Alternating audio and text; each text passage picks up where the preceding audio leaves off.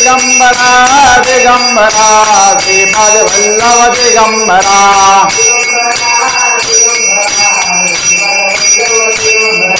श्रीपाद वल्लभ दिगंबरा श्रीपाद वल्लभ दिगंबरा दिगंबरा दिगंबरा श्रीपाद वल्लभ दिगंबरा दिगंबरा दिगंबरा श्रीपाद वल्लभ दिगंबरा श्रीपाद वल्लभ दिगंबरा श्रीपाद वल्लभ दिगंबरा दिगंबरा दिगंबरा श्रीपाद वल्लभ दिगंबरा दिगंबरा दिगंबरा श्रीपाद वल्लभ दिगंबरा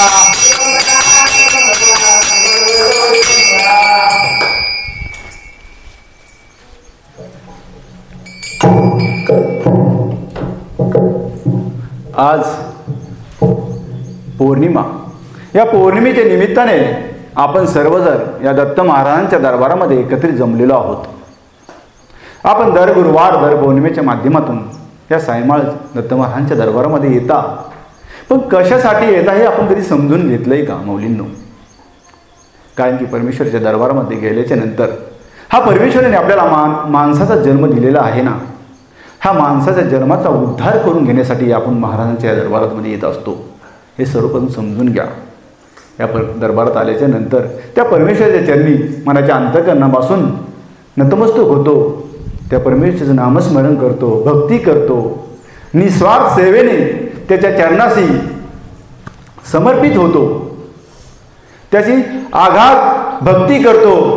परंतु या मंदिरात असताना सर्व तन मन धन त्या परमेश्वराच्या चरणी आपण अर्पण करतो.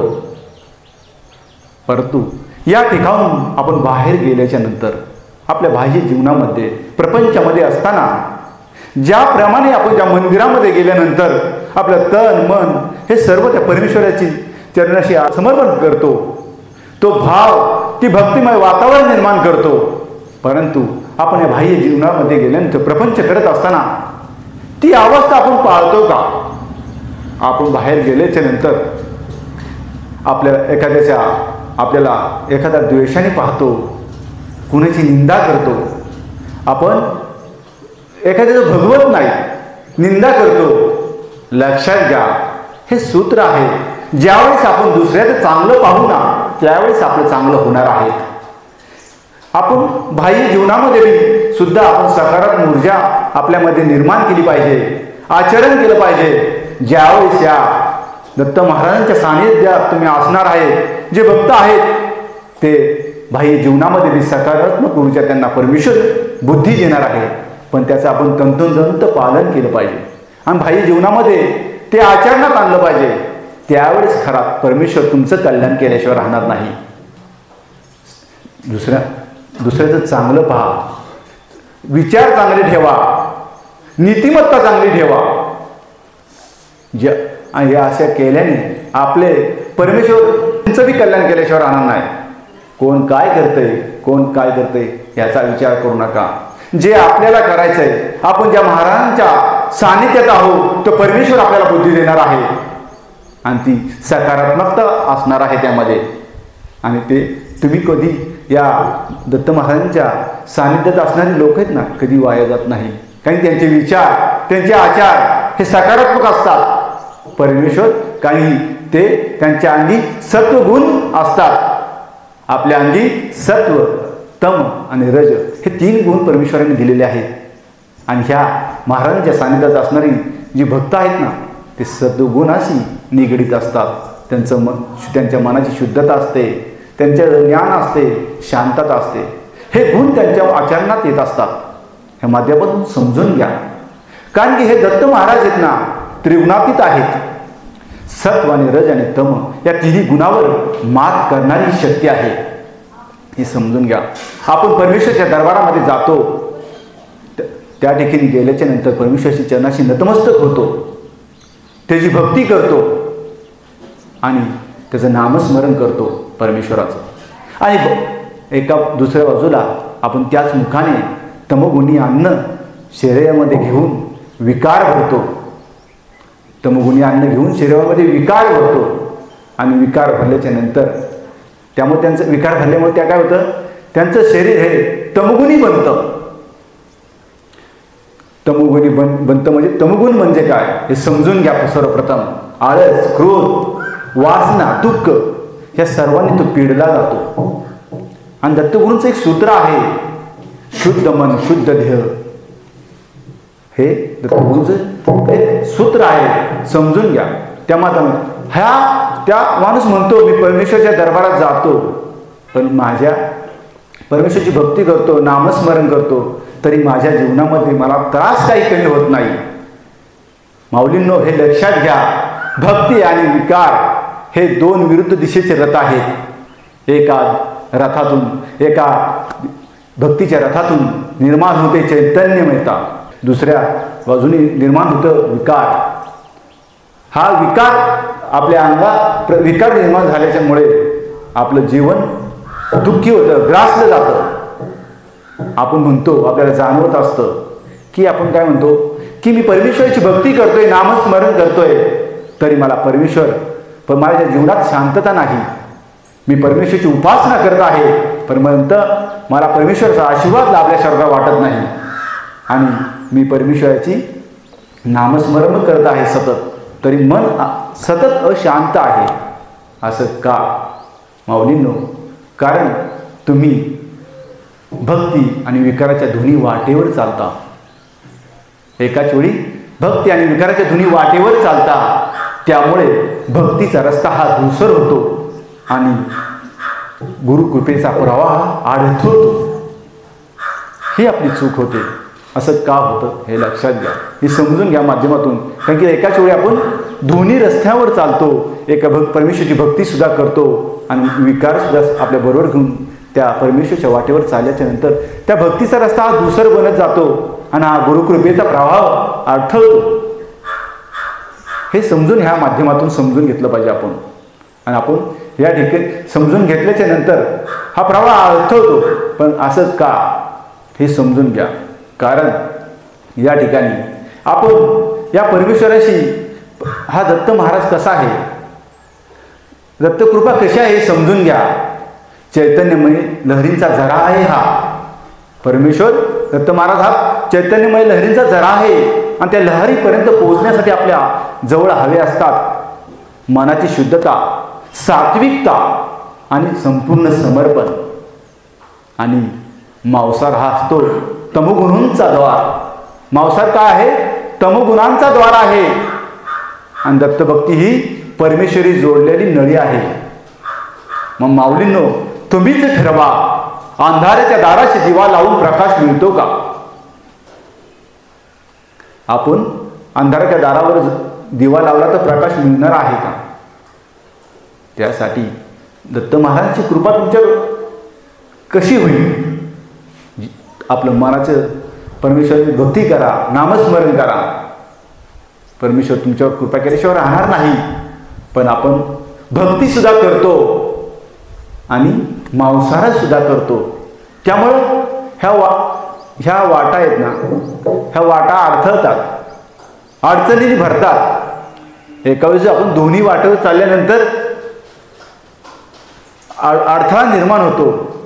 त्यासाठी आपल्याला परमेश्वराची मनाच्या अंतःकरणापासून भक्ती करा, नामस्मरण करा.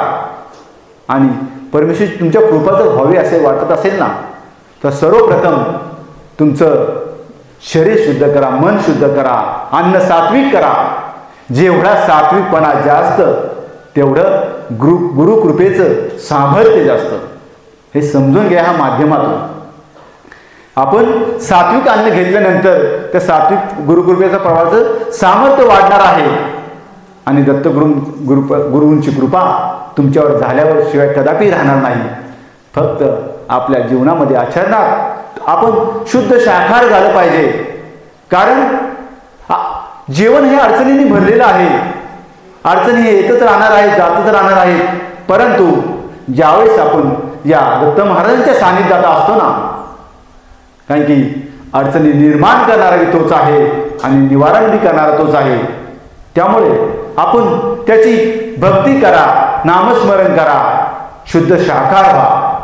कारण असं केल्याने तो दत्त महाराज तुमच्या जीवनामध्ये आनंद आणल्याशिवाय कदापि राहणार नाही आणि तुमच्या सर्वांचं जीवनात सुख आणल्याशिवाय कदापि राहणार नाही. हे समजून घ्या. पौर्णिमेच्या माध्यमातून आपण आचरणात आणल्याशिवाय कोणती गोष्ट साध्य होणार नाही आणि शक्य होणार नाही. त्यामुळे आपण भाई परमेश्वराच्या दरबारात आल्यानंतर ज्या पद्धतीने आपण जे भक्तिमय वातावरण निर्माण करतो आणि बाह्य जीवनामध्ये गेल्याच्या नंतर तेच सकारात्मक ऊर्जा आपल्या मनामध्ये ठेवा. दुसऱ्यांचं चांगलं पहा, चांगले विचार मनामध्ये ठेवा आणि कुणाची निंदा करू नका, कुणाच्या कारभाऱ्या करू नका. का? कारण आपल्या जीवनात आपल्याला उद्धार करून घ्यायचा आहे. हे केल्याने तुमची अधोगती होणार आहे, उद्धार होणार नाही. त्यामुळे परमेश्वराच्या सानिध्यात राहिल्यामुळे, परमेश्वराच्या सानिध्य आल्यामुळे आपण तुमच्या जीवनाचा उद्धार होऊन जाणार आहे. हे आचरणात आणा. ह्या पौर्णिमेच्या माध्यमातून हा संदेश आपल्याला देत आहे. लक्षात घ्या आणि आपण यासाठी समर्पण राहा. कारण की परमेश्वराने आपल्याला कितीही दिलं, आपल्याला परमेश्वर स्वामी म्हणतात परमेश्वराने आपल्याला किती दिलं तर ते आपलं समाधान होणार आहे का? ते शेवटपर्यंत जाणार आहे का हे समाधान? कारण समाधानामध्येच एवढी ताकद आहे. ते समाधान तुम्हाला उरून पुरेल. किती दिलं तरी ते शेवट त्याचं समाधान होणार नाही. त्यासाठी समाधानामध्येच ती ताकद आहे. ते समाधानच तुमचं आयुष्याला उरून पुरेल. हे लक्षात घ्या. हा विश्वास ठेवा. आपला आगाध विश्वास असला पाहिजे.